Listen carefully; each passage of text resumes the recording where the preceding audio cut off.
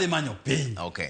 Watieko gini. To koro wach mar mibadhi, koro wueni, ang'o monego timne katiba mondo wach mar mibadhi oked godo makare. Nikech kawuono waneno ka nen nyoro koso kawuono waneno ka jatend piny Kenya nowacho ni jok moko miluongo ni jo black kata cartels kwanza wachno in neno nango kaka ja LSK. Wuoyo marach ingeni kara jatendwa maduong' mar LSK osewuoye gino. Gino ok gima ber. Jatend piny ok nyalo wacho ni nitie options adek. Neko idhi turu kod idhi e jela. Ingeni mondo iwach wach mar nego ng'ato ne wach skar kende. Ingeni mano gima duong' kabisa. An gi pacha kanyo to maybe olewe no kier matin. Ok onego bed ni kin jatend jopiny ni wuoye wach mar nego ji e yo mayot kamano. Nikech kapo ni ng'ato timo gima rach, wan gi doho. Kendo doho mochakre mane magistrate nyaka supreme. Wan gi DCI. DCI amin tiyo maber kabisa. Tigi DCI, wan gi DPP. Tigi DCI gi DPP, ichok evidence, iter ng'ani e doho. Mondo une ka ng'ani nyalo tweye. To kiwacho ni mondo koro kech sami chako ni cartel ka unen jasukar. Kinyi boloko ni cartel no gino kinde. Ni kate okil ka, gimomiyo jopiny ok yudo daki margi, nitie cartel. Wanegi gi tinego kinde. Kinyi moro chato koro jopiny ywak ni e od thieth. Be wan gi shida.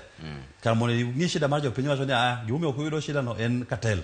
Cartel no en lakteche. Wanegi lakteche man kanyogo. Kitieko mano jopuonjwa ji ywak ni skunde dhi weche nigi weche mang'eny. Education kanyo nitie cartel. Wadhi wamany cartel ma education ko wanegi. Mano gi pacha ok onego bed ni kamane ka piny tiyo. Nitie ka piny nyalo tiyore maber. Kata wach sukari ni. An ing'e ni gima kipenja en wach mayot ahinya.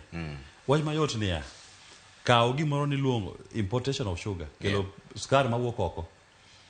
We miyo Willis kata Trevor license mar kelo sukari. Dhi mi jo Chemelil, imi jo Mumias, imi jo Nzoia, imi jo Soni, imi jo Moroni. Mondo gine makoro gikelo. Gine magikelo. Kapo gikelo sukari no, ipenjo jo Mumias kata jo Chemelil. Ni nucleus mari. Use harvest.